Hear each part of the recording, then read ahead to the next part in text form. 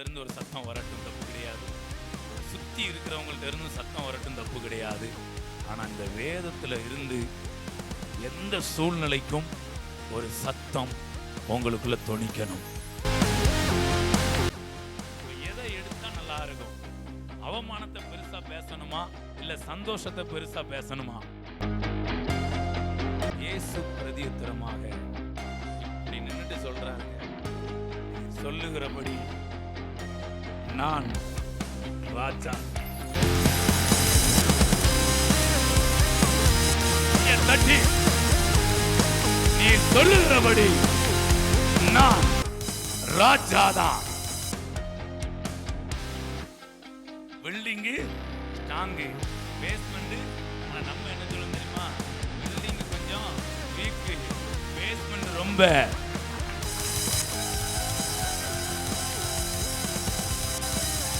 சூழ்நிலை கொஞ்சம் வீக்கா தான் இருக்குங்க.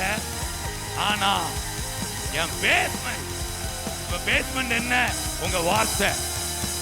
கையை தட்டி ஆதியிலே வார்த்தை இருந்தது.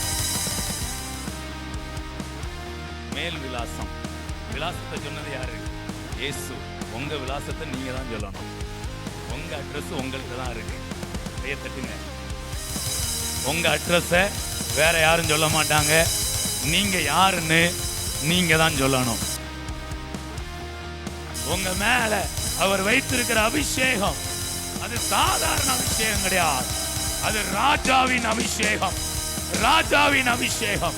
இன்னும் தீர்க்க தரிசனமா சொல்ற, உங்க ஞானத்தை கேட்பதற்கு பூமியின் எல்லைகளில் இருந்து சில அதிகாரிகள், ராஜாக்கள் உங்களிடமாய் நடந்து வருவார். ஞானத்தை கேட்க ஜனங்கள் வருவார்கள். உடைய ஞானத்தை குறித்து ஆச்சரியப்படுவார்கள். தொடர்ந்து வார்த்தைக்கு நேராக போயிடலாமா? ஓகே. ஸோ போன வாரத்தில் ஒரு காரியம் லைட்டாக அப்படி ஸ்டார்ட் பண்ணி டைம் ஆயிட்டு அதை அப்படியே ஸ்டாப் பண்ணியிருக்கிறோம். இந்த வாரம் லைட்டாக அதில் கொஞ்சம் ஒரு 5 நிமிஷம் அப்படி போயிட்டு வரலான்னு நினைக்கிறேன். இப்போ இங்கே இருக்கிற நம்ம எல்லாரையுமே தேவன் சாட்சியாக நிறுத்தி இருக்கிறார். ஓகேங்களா? ஏற்கனவே நம்ம சங்கீதம் 91 ஒரு 2 வசனங்கள் நம்ம பார்த்துருந்தோம். ஒரு வார்த்தை, அவன் என்னிடத்தில் வாஞ்சையா இருக்கிறபடியால் அவனை விடுவிப்பேன். அவன் என் நாமத்தை அறிந்திருக்கிறபடியால் அவனை உயர்ந்த அடைக்கலத்தில் வைப்பேன். ஓகே. ஸோ உயர்ந்த அடைக்கலம் வந்துட்டு அதுக்கப்புறம் வசனம் என்ன சொல்லுது? அவன் என்னை நோக்கி கூப்பிடுவான். அடுத்த வார்த்தை, நான் அவனுக்கு மறு உத்தரவு அருளி செய்வேன். ஆபத்தில் இந்த வசனம் வந்துச்சா? ஓகே. மேல 14, இது என்னது? உயர்ந்த அடைக்கலம். ஓகேங்களா? நாம் ஆண்டவரை அறிந்து கொள்வதற்கான ஒரு ரிசல்ட், ஒரு உயர்ந்த அடைக்கலத்தில் நாம் வந்து இருக்கிறோம். அதுக்கப்புறம் என்ன நடக்கு? உயர்ந்த அடைக்கலம் வந்ததுக்கப்புறம் ஓகே, நம்ம எல்லாமே அப்படியே ஃப்ரீயாக போயிடும். நம்ம எங்கே வந்துட்டோம்? ஒரு உயர்ந்த இடத்துக்கு வந்துட்டோம், ஒரு பாதுகாப்பான இடத்துக்கு வந்துட்டோம். சரி, இனி ஒரு பிரச்சனையுமே இருக்காது அப்படின்னு நினைக்க முடியும். ஆனால் விரும்புகிறோம் இனி ஒரு பிரச்சனையுமே. ஆனால் அது சாத்தியமாகுதான்னா இல்லை. அடுத்து என்ன உண்டாகுது? அவன் என்னை நோக்கி கூப்பிடுவான், நான் அவனுக்கு மறு உத்தரவு அருளி செய்வேன். உயர்ந்த அடைக்கலத்தில் இருக்கும்போதும் பிரச்சனை வருது, ஆபத்து. இன்னும் நல்லா சொல்ல போனால், நீங்கள் சாதாரணமாக இருக்கும்போது பிரச்சனை கொஞ்சம் கம்மியாக தான்.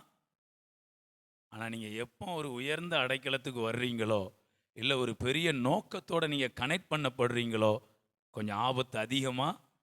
ஆனால் இன்னும் ஒன்று சொல்ல விரும்புகிறேன், எவ்வளோக்கெவ்வளோ ஆபத்து பெருசாக இருக்கோ கனமும் பெருசாக இருக்கும், ரிசல்ட் பெருசாக இருக்கும்.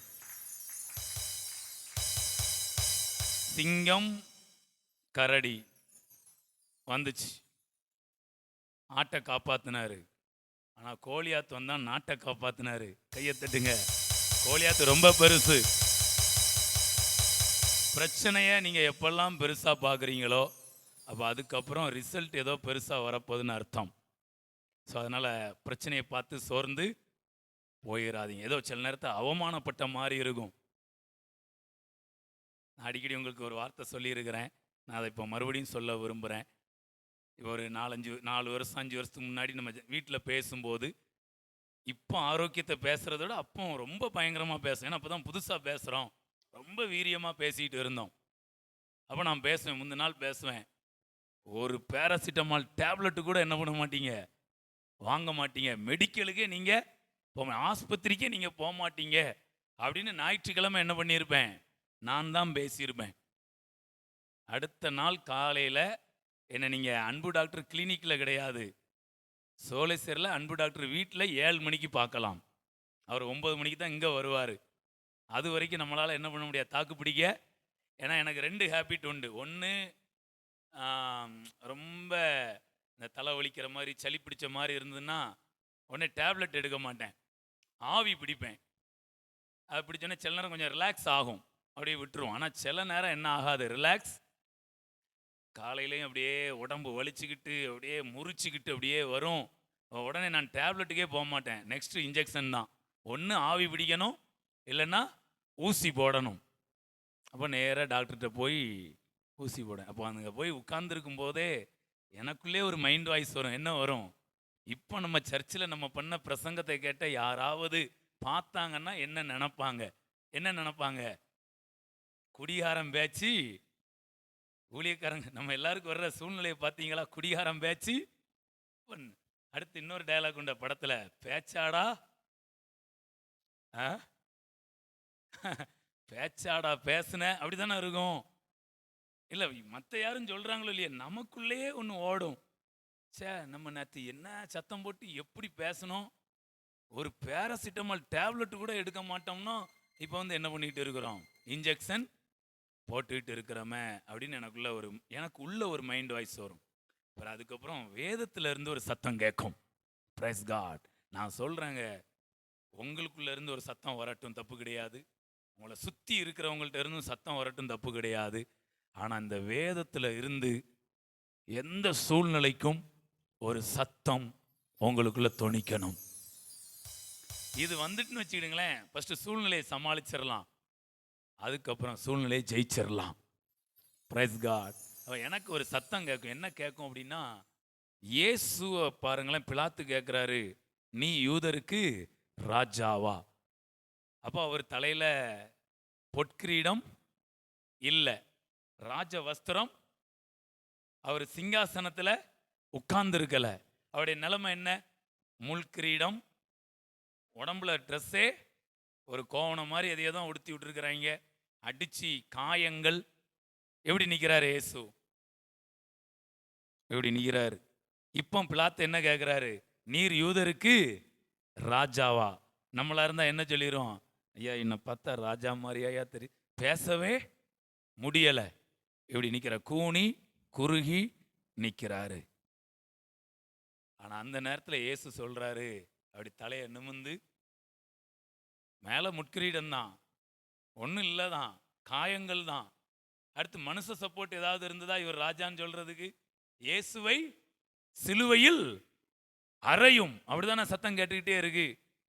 தனி ஆளா நிற்கிறாரு, ஒரு அவமானத்தோட நிற்கிறாரு. எபிரேயர்ல அழகா எழுதியிருக்கும், 12ஆம் அதிகாரம் 2வது வசனம். கொஞ்சம் ப்ராக்டிக்கலாக கொஞ்சம் மூவ் ஆகும். எபிரேயர் 12:2. நீங்கள் போகும்போது நல்ல சந்தோஷமா பலனா நீங்கள் போகணும். இயேசுக்கு அங்கே என்ன நடந்துகிட்டு இருக்கு, அவர் நினைச்ச மாதிரி அங்கே ராஜாவுக்கான எதுவுமே அங்கே இல்லை. ராஜாவுக்கான எதுவுமே அங்கே ஃபுல் அவமானம் தான். சப்போர்ட்டுக்கு ஒரு ஆள் கூட கிடையாது. எங்க சீசர்கள் கூட இருந்தாங்க, இவர் அடி வாங்கும்போது கூட யாராவது நின்னாங்களா? எல்லாம் தலை தெறிக்க ஓடிட்டாங்க, அவர் மட்டும் நிற்கிறாரு. இப்போ அவர் 2 விஷயத்தை எடுக்கலாம். ஒன்று, இப்போ நடந்துகிட்டு இருக்கிற அவமானத்தை பெருசாக என்ன பண்ணலாம், எடுக்கலாம். அதுக்கப்புறம் முன்னாடி நடக்க போற ஒரு சந்தோஷத்தை பெருசா எடுக்கலாம். இப்ப எதை எடுத்தா நல்லா இருக்கும்? அவமானத்தை பெருசா பேசணுமா இல்ல சந்தோஷத்தை பெருசா பேசணுமா? நான் உங்களுக்கு சொல்லட்டுங்களா? உங்களுக்கு முன்னாடி சந்தோஷம் இருக்கு. ஒருவேளை இன்னைக்கு நீங்க ஏதோ அவமானம், இல்லை ஏதோ உபத்திரவம், ஏதோ போராட்டம், ஏதோ அழுகையின் பள்ளத்தாக்கு, இல்லை இருள், அந்த மாதிரி இடத்துல நீங்க நிக்கலாம். நான் உங்களுக்கு தீர்க்கமா வார்த்தையின் வெளிச்சத்துல சொல்றேன், அது நிரந்தரம் கிடையாது. இது தற்காலிகமானது. அவமானங்கள் தற்காலிகமானது, உபத்திரவம் தற்காலிகமானது, போராட்டங்கள் தற்காலிகமானது. அதை நீங்க மேற்கொள்ள முடியும். அப்ப இயேசு நடந்துட்டு இருக்கிற அவமானத்தை நினைச்சாருன்னா பதிலே சொல்லியிருக்க மாட்டாரு. ஆனா இப்ப என்ன நடந்துகிட்டு இருக்குதோ அதை சொல்லாம, அதை அந்த வார்த்தை நல்லா இருக்குல்ல, எதை எண்ணாமல், எதை எண்ணாமல், சோ இருக்கிறத நீங்க எண்ணக்கூடாது, இருக்க வேண்டியதை எண்ணணும். Price God. அவமானத்தை எண்ணாமல் பாருங்களேன், அதை சகிச்சுக்கிட்டாராம். சிலுவையை இப்படி சொல்லலாம், சிலுவையை சகித்தார். அதோட முடிஞ்சுதா? சிலுவையில் ஜெயித்தார். கையை தட்டுங்க. எந்த சிலுவையை ஒரு கட்டம் வரைக்கும் அவர் சகித்து கொண்டாரோ, முடிவு பரியந்தம் அவர் அதை சகிச்சுக்கிட்டே இருக்கல, அதே சிலுவையில் அவர் ஜெயம் எடுத்தார். நான் சொல்றேன், எது உங்களுக்கு உபத்திரவமா தெரியுதோ அதிலேயே நீங்கள் ஜெயம் எடுப்பீர்கள். நம்ம குட் ஃப்ரைடேக்கு அடிக்கடி ஒரு டயலாக் சொல்லுவோம். என்ன டயலாக்? இயேசு சிலுவையில் இறந்தார் மட்டுமல்ல, சிலுவையில் வெற்றி சிறந்தார். கையை தட்டி. இறக்குற மாதிரி இருக்கும், இழக்கிற மாதிரி இருக்கும், அது முடிவு கிடையாது. ஹல்லேலூயா, பிரைஸ் காட். அப்போ எந்த சிலுவையை சகித்தாரோ அதே சிலுவையில் ஜெயிக்கவும் செய்தார். தேவனால் பிறப்பதெல்லாம் ஜெயிக்கும். எல்லாரும் ஜெயிப்போங்க. நீ எல்லாரும் தேவனால பிறந்திருக்கீங்களா? ரெண்டாவது பிறந்த நிச்சயம் இருக்கா? அம்மா வயிற்றுல இருந்து வந்தீங்களா? அது ஒண்ணு. அடுத்து வார்த்தையின் மூலமா, ஆவியின் மூலமா நீங்க பிறந்திருக்கிறீங்க. கண்டிப்பா ஜெயிக்கிறீங்க, மாற்றமே கிடையாது.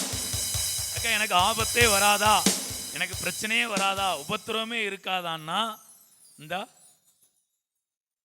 அவமானம் என்ன செஞ்சிட்டு? இயேசுக்கு பெரிய அவமானம்.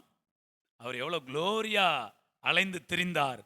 ஆனா அவரை பிடிச்சு, அவர் ஒப்பு கொடுத்தார், பிடிச்சு அடிச்சு இவ்வளவு அவமானத்துல விட்டுட்டு அவர் கேட்கிறாரு, எப்பா நீ யூதருக்கு ராஜாவா? நல்லா இருக்கும்போது கேட்டா கூட வேகமா தலையாட்டிட்டு என்ன பண்ணிடலாம், ஆமா ராஜா தான் அப்படின்னு சொல்லிடலாம். ஆனா எவ்வளவுக்கு எவ்வளவு அவரை கீழே கொண்டு வரணுமோ, அவமானப்படுத்தணுமோ அவ்வளவும் பண்ணிட்டு அப்ப கேட்கிறான், நீர் யூதருக்கு. இது தெரிஞ்சுட்டா நல்லா. ஒரு நிமிஷம். இப்ப அவருக்கு நடக்கிறது என்ன நடக்கு? அவமானம். ஆனா அவரு எதை எண்ணுறாரு? சந்தோஷத்தை. எதை எண்ணல? அவமானத்தை எண்ணல. கடைசியில் அவர் சகிக்கவும் செய்தார், அவர் ஜெயிக்கவும் செய்தார். ரிசல்ட் என்ன தெரியுமா? தேவனுடைய வலது பாரிசத்துல வீற்றி இருக்கிறார். கையை தட்டி பிரைஸ் காட். உங்களுடைய ஸ்தானத்தில் நீங்கள் ஸ்திரப்படுத்தப்படுகிறீர்கள். ஓகே, இப்ப அங்க வரலாம். யோவான் 18ஆம் அதிகாரம் 37. அப்பொழுது பிலாத்து நல்லா கவனிங்க. அப்பொழுது பிலாத்து அவரை நோக்கி அப்படியானால் நீ ராஜாவோ என்றான். நீர் ராஜாவோ? இது எந்த சூழ்நிலைன்னா, நைட்ல எல்லாம் இவங்க நிறைய அடிச்சிருக்கிறாங்க, முகத்துல காரி துப்பி இருக்கிறாங்க, முள் கிரீடத்தை வச்சு ஒரு கோலை கொண்டு அமுக்கி அவர் கண்ணுல இருந்தே ஒரு முள்ளு வெளியில வந்துச்சான். அந்த அளவுக்குலாம் சித்திரவதைப்படுத்தி இப்ப கேட்குறான், நீர் யூதருக்கு ராஜாவா? இப்ப நம்ம ஒரு சிங்காசனத்துல உட்கார்ந்து இருக்கும் போது நமக்கு இது சொல்ல வேண்டிய அவசியமே, எல்லாருக்கும் பார்த்தாலே தெரியும். ஆனா இது பார்த்தா தெரியாது, சொன்னாதான். அப்ப இயேசு முதலாவது பார்க்கும்போது ராஜாவா தெரியல, அதான் கேட்கிறான், நீர் யூதருக்கு. ராஜாவோ என்றான். இயேசு பிரதியுத்தரமாக இப்படி நின்னுட்டு சொல்றாருங்க, நீர் சொல்லுகிறபடி நான் ராஜா. கையை தட்டி, நீர் சொல்லுகிறபடி நான் ராஜாதான். கையை தட்டி. என்ன தில்லு இருந்தா அதை சொல்ல முடியும் இந்த சூழ்நிலையிலையும். இப்பவும் சொல்றேன், நீங்க எதுக்கு மத்தியில நாள் இருக்கலாங்க, உங்களுக்கு முன்னாடி ஒரு சந்தோஷம் வைக்கப்பட்டிருக்கு. அது என்னன்னா நம்ம குறித்த அடையாளம். தேவன் உங்களை என்னையும் ராஜாக்களாக வைத்திருக்கிறார். ஒரு ராஜரீக அபிஷேகத்தை நீங்கள் சுமந்து கொண்டிருக்கிறீர்கள். எந்த சூழ்நிலையும் அந்த அபிஷேகத்தை உங்களிடத்தில் இருந்து அதை எடுக்க முடியாது. ஓ ரக்கா பாபா, உங்களை பார்த்து நான் சொல்றேன், சூழ்நிலை என்னவா இருந்தாலும் நீங்கள் ராஜாதான். அது எப்படி இருக்கு பாத்தீங்களா? ராஜா அப்படி சொல்ல, அழுத்தி சொல்றார் பாத்தீங்களா? நீர் சொல்லுகிறபடி நான் ராஜாதான். இடம் எப்படினாலும் இருக்கலாம், என் சூழ்நிலை எப்படினாலும் இருக்கலாம். அப்ப நான் சொல்றேங்க, உங்க சூழ்நிலை உங்களை ராஜான்னு சொல்றதுக்கு முன்னாடி உங்க வார்த்தை ரொம்ப ஸ்ட்ராங்கா இருக்கணும். உடம்புல கூட ஒரு நடுக்கம் வந்துடலாம், ஆனா வார்த்தையில மட்டும் ஒரு நாள் நடுக்கமே. Building strong, basement. ஆனா நம்ம என்ன சொல்லணும் தெரியுமா? பில்டிங்கு கொஞ்சம் வீக்கு, பேஸ்மெண்ட் ரொம்ப. சூழ்நிலை கொஞ்சம் வீக்கா தான் இருக்குங்க, ஆனா என் பேஸ்மெண்ட், இப்ப பேஸ்மெண்ட் என்ன? உங்க வார்த்தை. கையை தட்டி, ஆதியிலே வார்த்தை இருந்தது. ஆதியிலே வானம் பூமி இருக்கல, வெறுமையா தான் இருந்துச்சு. ஆனா வார்த்தை ஸ்ட்ராங்கான வார்த்தை. உங்க பேஸ்மெண்ட் உங்க சூழ்நிலை கிடையாது, உங்க பேஸ்மெண்ட் தேவனுடைய வார்த்தை. அதை நீங்க எந்த அளவுக்கு எடுத்து இந்த மாதிரி சூழ்நிலையில நீங்க உச்சரிக்கிறீங்களோ, கடைசியில சூழ்நிலை அப்படிதான் மாறிடும். Praise God. அப்ப முதலாவது, சூழ்நிலை வலிமையா இருக்காது, உங்க வார்த்தை தான் வலிமையா இருக்கணும்.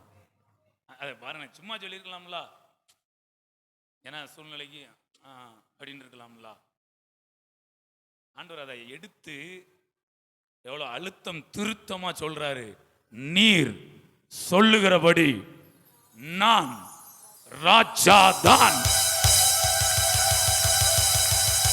பெரிய அழுத்தம் இருக்கு. நீர் சொல்லுகிறபடி நான் ராஜாதான். யூதரை ஆண்டுகிட்டு இருக்கிறது அவன் தான். இன்னும் கொஞ்சம் பொறுத்த மரண தண்டனை கொடுக்க போறான். அவர் அதை எதையுமே அதுக்கெல்லாம் அப்பாற்பட்டு ஆவிக்குரிய மண்டலத்தில் நின்று அவர் ஒன்றை பேசுகிறார். ஏங்க நான் சொல்றேன், இது வீக்கா இருந்துட்டு போட்டுங்க, உங்க வார்த்தை ரொம்ப ஸ்ட்ராங்கா இருக்கணும். இப்படி இருந்தா அடுத்து என்ன நடக்கும் தெரியுங்களா? இப்ப பாருங்க, இன்னொரு வசனத்துல இருக்கும். இப்ப இயேசு ஃபர்ஸ்ட் நான் ராஜான்னு சொல்றாரா? இது எந்த அளவுக்கு அவர் சொல்லியிருந்தா அது இன்னொரு இடத்துக்கு இந்த ஸ்டேட்மெண்ட் அப்படி வருது பாருங்க. அதையும் கொஞ்சம் வாசிக்கலாம். 19 பிலாத்து ஒரு மேல் விலாசத்தை எழுதி, பிலாத்து எழுதி இருக்கிறார். பிலாத்து மேல் விலாசம். விலாசத்தை சொன்னது யாரு? இயேசு. உங்க விலாசத்தை நீங்க தான் சொல்லணும். உங்க அட்ரஸ் உங்கள்கிட்ட தான் இருக்கு. கையை தட்டுங்க, நல்ல வார்த்தை. உங்க அட்ரஸை வேற யாரும் சொல்ல மாட்டாங்க.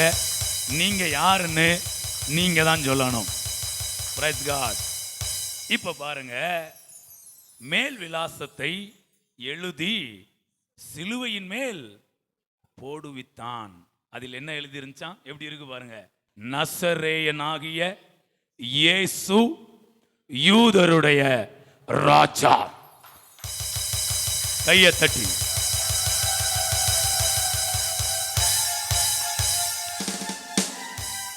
இது ஃபர்ஸ்ட் போர்டுல இருந்துச்சா இல்ல மவுத்துல இருந்துச்சா? உங்கள் மவுத்தில் என்னென்ன இருக்கோ அதெல்லாம் போர்டில் வரும்.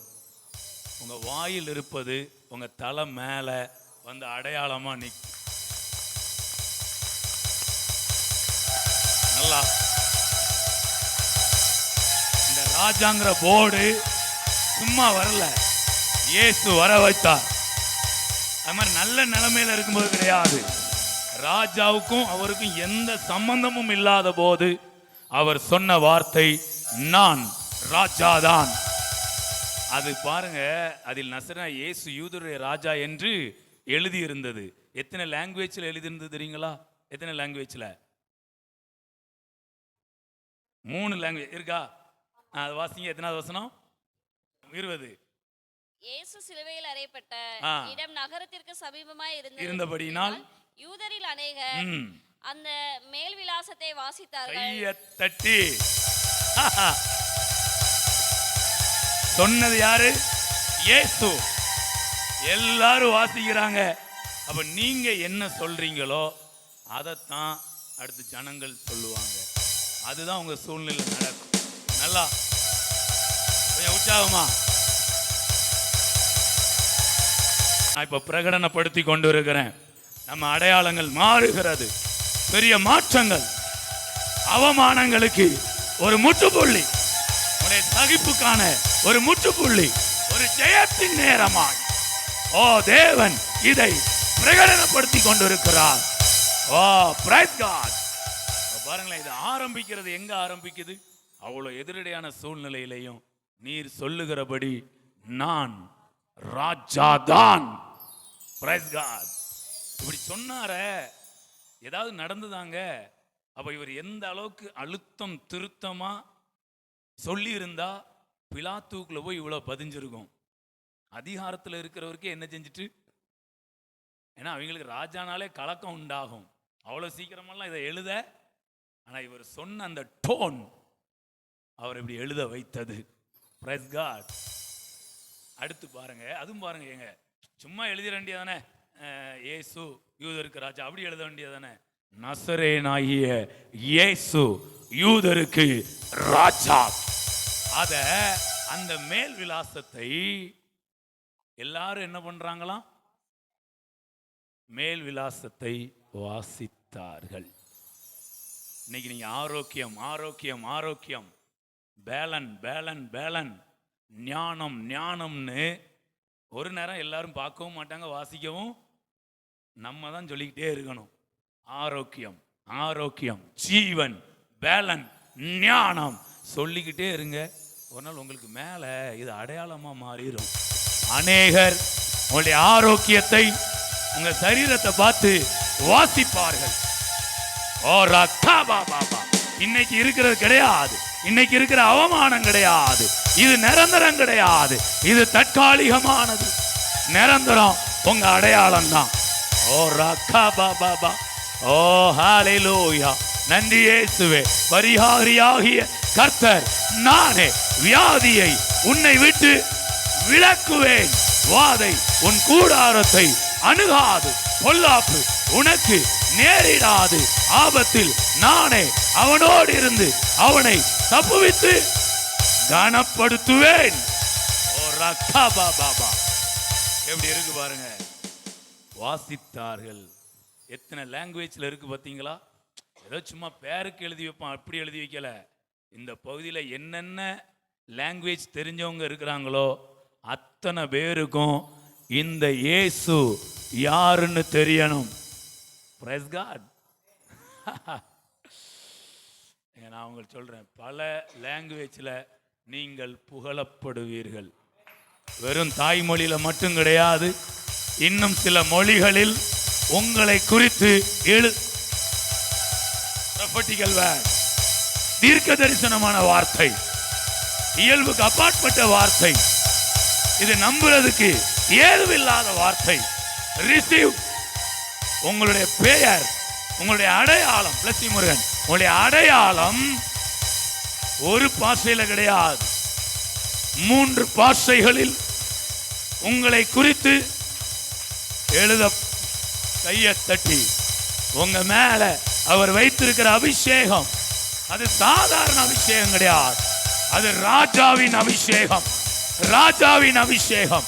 இன்னும் தீர்க்க தரிசனமா சொல்ற, உங்க ஞானத்தை கேட்பதற்கு ஓ பூமியின் எல்லைகளில் இருந்து சில அதிகாரிகள், ஓ ராஜாக்கள் உங்களிடமாய் நடந்து வருவார். ஞானத்தை கேட்க ஜனங்கள் வருவார்கள். உடைய ஞானத்தை குறித்து ஆச்சரியப்படுவார்கள். நல்லா நல்லா கையை தட்டி ரிசீவ். ஓ ராபா சாகா. இது பிரகடனத்தின் நேரம், இது ஒரு பிரசங்க நேரம் கிடையாது. ஓ ரா, இது பிராக்டிகல் செஷன். இப்பவே உடைய அவமானங்களுக்கு ஒரு முற்றுப்புள்ளி. ஓ ஹalleluya. சகிப்பதற்கு ஒரு காலம், அது முடிந்து போனது. இது ஜெயிப்பதற்கான காலம். தானியேலின் காரியம் ஜெயமாயிருந்தது. உங்களுடைய என்னுடைய காரியம் எல்லா விதத்திலும் அது ஜெயமாயிருக்கும். ஓ பாராசாகா. கிறிஸ்துவுக்குள் எப்பொழுதும் எங்களை வெற்றி சிறக்க பண்ணி எல்லா இடங்களிலேயும் அவரை அறிகிற அறிவின் வாசனையை வெளிப்படுத்துகிற தேவன்.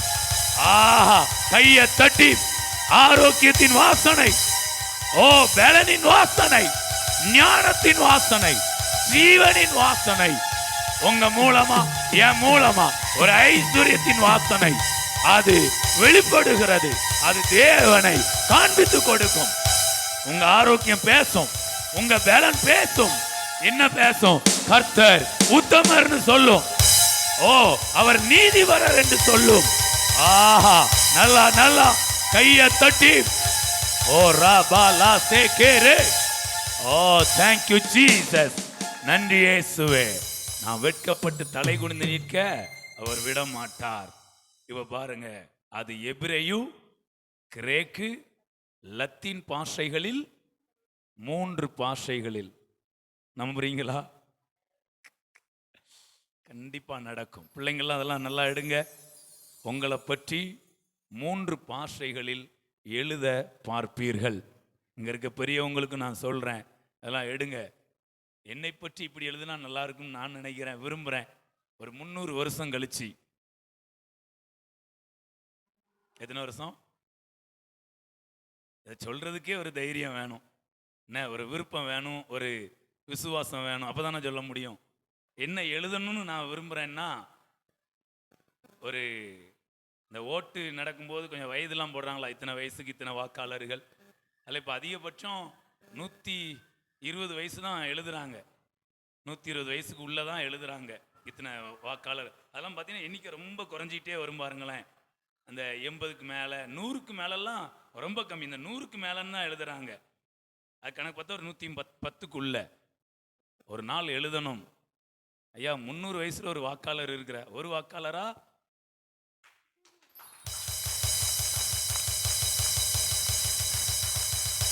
ஊத்துமலன்னு ஒரு இடத்துல கொஞ்சம் வாக்காளர் இருக்கிறாங்க. அவங்க எல்லாம் 250 300 வயசு.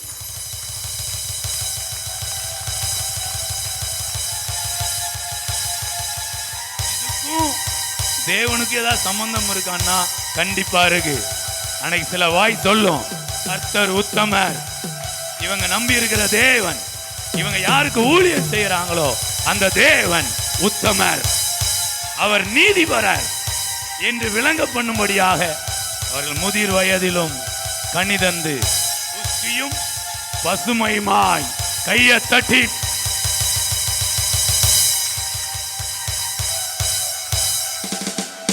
Praise God. எத்தனை பேர் இந்த வார்த்தைகள் எல்லாம் எடுத்துக்கிறீங்க?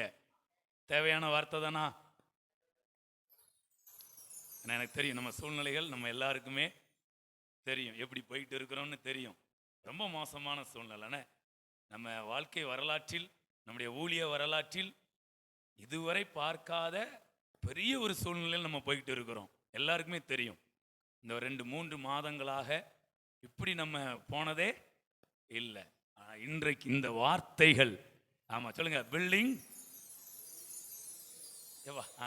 இதுக்கு எல்லாருமே கொஞ்சம் வீக்காவே சொல்லுங்களேன். பில்டிங் வீக்கு, ஆனால் பேஸ்மெண்ட் ரொம்ப ஸ்ட்ராங்கு. கையை தட்டி நீர் சொல்லுகிறபடி நான் ராஜாதான். பேசும் போதே, இதை கேட்கும் போதே, இதை சொல்லும் போதே ஒரு அபிஷேகம், ஒரு பேலன், ஆண்டா மிருகத்துக்கு ஒத்த பேலன்.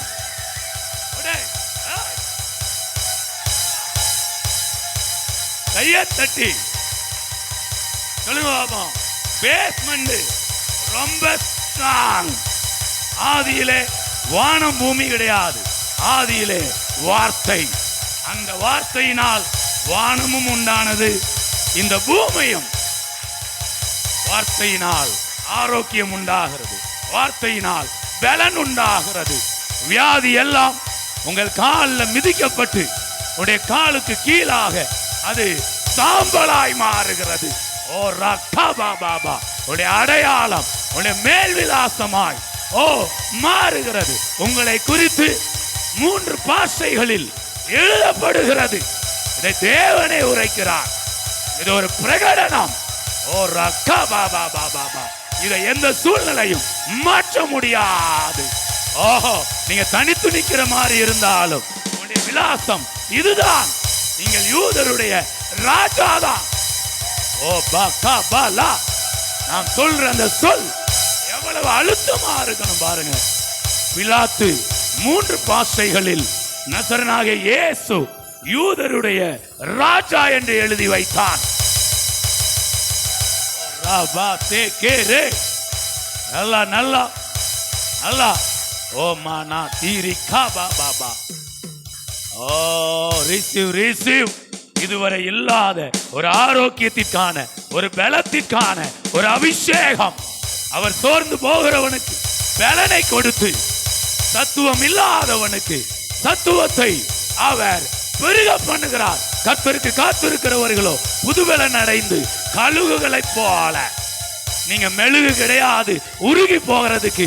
நீங்க கழுகு, நீங்க உருக மாட்டீர்கள். எந்த அக்கினியும் எந்த தீயையும் உங்களை உருக பண்ண முடியாது.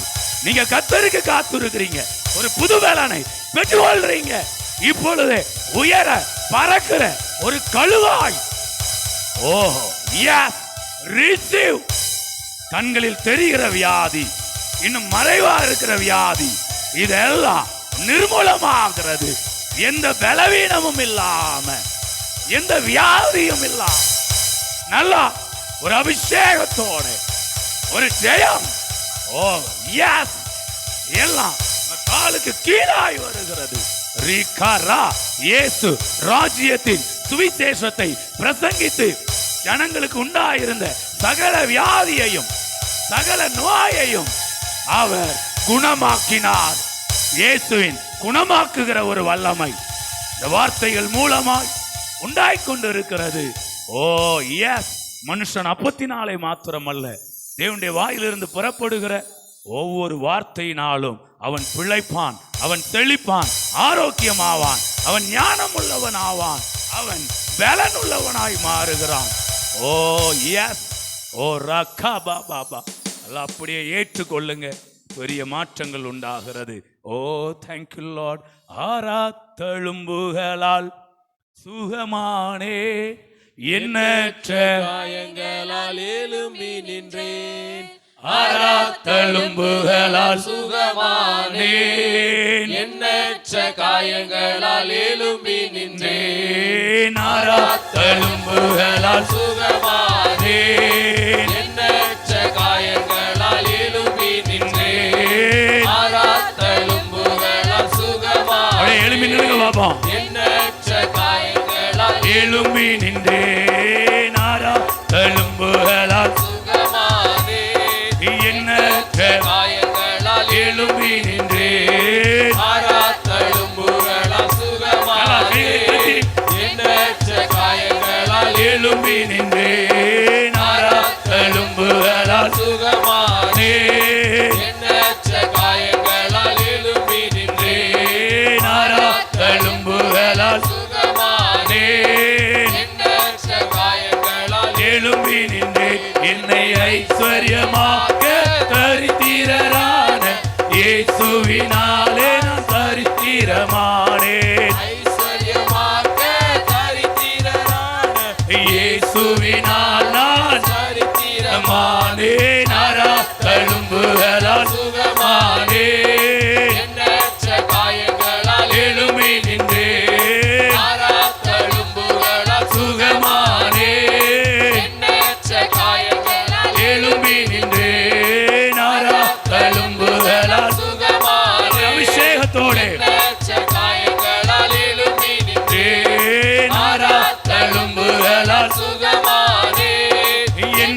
எண்ணற்ற காயங்களால் எழும்பி நின்றேன் நாரா தழும்புகளால் சுகமானே எண்ணற்ற காயங்களால் எழும்பி நின்றேன் என்னை ஐஸ்வர்யமாக சரித்திரரான இயேசுவின் நான் சரித்திரமானே ஐஸ்வர்யமாக சரித்திரரான இயேசுவின் நான் சரித்திரமானே நாரா தழும்புகளால் சுகமானே நீங்கள் நானும் சரித்திரமாய் மாறிக்கொண்டிருக்கிறோம். எழும்பி நின்றேன் ஓ நாரா தழும்புகளால் சுகமானே எண்ணற்ற காயங்களால் எழும்பி நின்றேன் தழும்புகளால் சுகமானே எண்ணற்ற காயங்களால் எழும்பி நின்றேன். அவ்வளவு வீரியமா என்ன பண்ணுங்க இருங்க, அப்பதான் சிலதெல்லாம் ஏறி மிதிக்க. Praise God. ஒரு வீரியம் வருதா? தேங்க்யூ. ஓகே, இப்போ அங்க வரலாம். இந்த ஒரு வார்த்தை சொல்ல விரும்புறேன். யோவான் 19. இப்ப பாருங்க, 3 பாஷையில எழுதியாச்சு யூதருடைய ராஜான்னு. இப்போ இதுக்கு ஏதாவது பிரச்சனை வருமானா வரும் பாருங்களேன். எல்லாத்துக்கும் பிரச்சனை இருக்கு. இப்போ உயர்த்தப்பட்டாரா இயேசு? உயர்த்தப்பட்டார். இப்போ பாருங்க ஒரு பிரச்சனை வருது பாருங்க. இப்போ பாருங்க வந்துட்டாங்க. நீங்க எங்க போனாலும் ஒரு கூட்டம் உங்களை நொஜ நொஜன்னு நச்சரிக்கிறதுக்கு பாரு நல்லா போயிட்டு இருக்குங்க. திடீர்னு பார்த்தீங்கன்னா ஒரு கூட்டம் திடீர்னு வந்து மூக்க நுழைக்காங்க. மூக்க நுழைச்சிக்கிட்டு சிலுவையில் அறையப்பட்ட இடம் நகரத்திற்கு சமீபமாக இருந்தபடினால் யூதரில் அநேகர் அந்த மேல் விலாசத்தை இப்போ இது வாசிச்ச உடனே இவங்க எல்லாம் போய் உள்ள சொல்ல ஆரம்பிச்சிட்டாங்க. ஏசு அவர் யூதருக்கு ராஜாவான், மேலே எழுதியிருக்கு 3 பாஷையில் அப்படின்னு சொல்ல ஆரம்பிச்சோன்னே ஃபுல்லாக பரவிட்டு உடனே பரவுன உடனே இப்போ பாருங்க எப்படி இருக்குது இதெல்லாம். மேல் விலாசத்தை வாசித்தார்கள் 3 பாஷை. ரொம்ப நல்லா இருக்கா? இப்போ பாருங்க அடுத்து வந்துட்டாங்க. அப்பொழுது யூதருடைய பிரதான ஆசாரியர் நேர ராஜாட்ட அந்த பிலாத்துட்ட போயிட்டு பிலாத்துவை நோக்கி, யூதருடைய ராஜா என்று நீர் எழுதாம தான் யூதருடைய ராஜா என்று அவன் சொன்னதாக எழுதும். எப்படி இருக்கு பார்த்தீங்களா? இவன் நீர் சொல்றதை பார்த்தா அப்படியே அவனை ராஜானே ஏற்றுக்கொண்ட மாதிரிலாம் இருக்கு. அப்படி செய்யக்கூடாது. அவன் சொன்னதா என்ன பண்ணுங்க, அவன் சொன்னா பிறகு தேவனே சொன்ன மாதிரி தான் அது நடந்துட்டுல. ஆனா அவன் மாத்தி எழுதுங்க. அப்படி எழுதாம யூதருடைய ராஜா என்று அவன் சொன்னதாக எழுதும் என்றார்கள். பிலாத்து பிரதியுத்தரமாக எழுதினது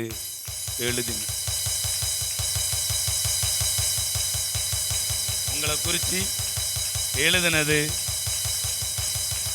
இஸ்ரவேல் கோத்திரத்தாரில் பலவீனப்பட்டவன் ஒருவனும் இல்லை. எழுதினதே இதை யாரும் மாற்ற முடியாது. ஏன்னா சொன்னவர் அவ்வளவு உறுதியா சொல்லி இருக்கிறாரு. உங்க வாயிலிருந்து வர்ற வார்த்தை எந்த அளவுக்கு உறுதியா வருதோ அந்த அளவுக்கு எழுதப்படும்.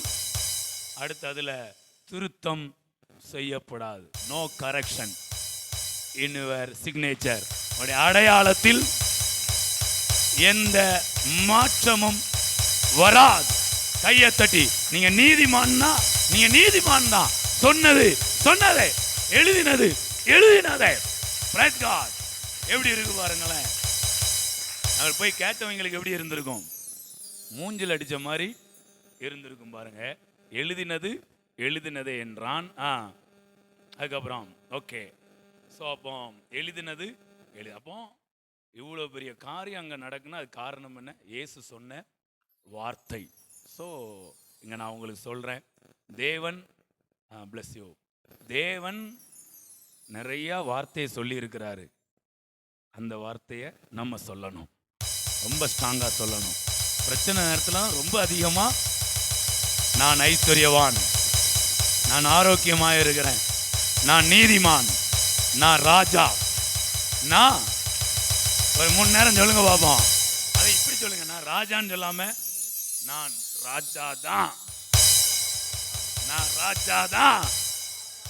ராஜாதான். மேல் விலாசமா மாறிடும். அதை யாரும் திருத்த, அங்க யாரு வந்து எடிட் பண்ணவே எடிட் ஆப்ஷனு உங்க அடையாளம் தான். அதை யாரு வந்து எடிட் பண்ண? அங்க there is no edit option. Click பண்ணா ஒன்றும் வராது. கிளிக் பண்ணா அப்படியே உங்க அடையாளம் மாற்றப்படவே முடியாது. கையை தட்டி ஆஹா எஸ், நீங்கள் முத்திரை மோதிரமாக இருக்கிறீர்கள். ஓ ஹalleluya. ஓகே, ஸோ இன்றைக்கு நான் 2 இடத்தை முக்கியப்படுத்தி பேசுறேன். ஒன்று, நம்முடைய அடையாளம். அது எங்க இருந்து வருது? நம்ம வார்த்தையில வருது. ஏன் அப்படின்னா, நீங்கள் நான் வார்த்தையினால் அஸ்திபாரம் போடப்பட்டிருக்கீங்க. நான் சொன்னோம்ல, சூழ்நிலை சில நேரம் வீக்காக இருக்கலாம், நம்மளுடைய வேர்டு எந்த சூழ்நிலை ரொம்ப ஸ்ட்ராங்காக இருக்கட்டும். இன்னைக்கு அதை தான் நான் உங்களுக்கு சொல்லி உற்சாகப்படுத்துகிறேன். உங்கள் வார்த்தை ரொம்ப ஸ்ட்ராங்காக இருக்கட்டும். அதில் காம்ப்ரமைஸே ஆகாதீங்க. 4 பேர் கேலி கிண்டல் பண்ணாலும் பரவாயில்ல, சொல்கிறத உறக்க சொல்லுங்க. அது வேற மாதிரி ரிசல்ட்டை கொண்டு வரும். 3 பாஷைகளில் உங்களுடைய அடையாளங்கள் எழுதப்படும். உங்களுடைய காரியங்கள், உங்களுடைய பிஸ்னஸ், உங்களுடைய ஜாப், உங்களுடைய ஃபேமிலி, இதை பற்றிலாம் 3 லாங்குவேஜில் எழுதப்படும். நீங்கள் புகழப்படுவீர்கள். நீங்கள் கர்த்தருக்குள்ள மகிழ்ச்சியாக இருக்கீங்க. உங்களுடைய வாழ்க்கை ரொம்ப புகழ்ச்சியா அது இருக்கும்.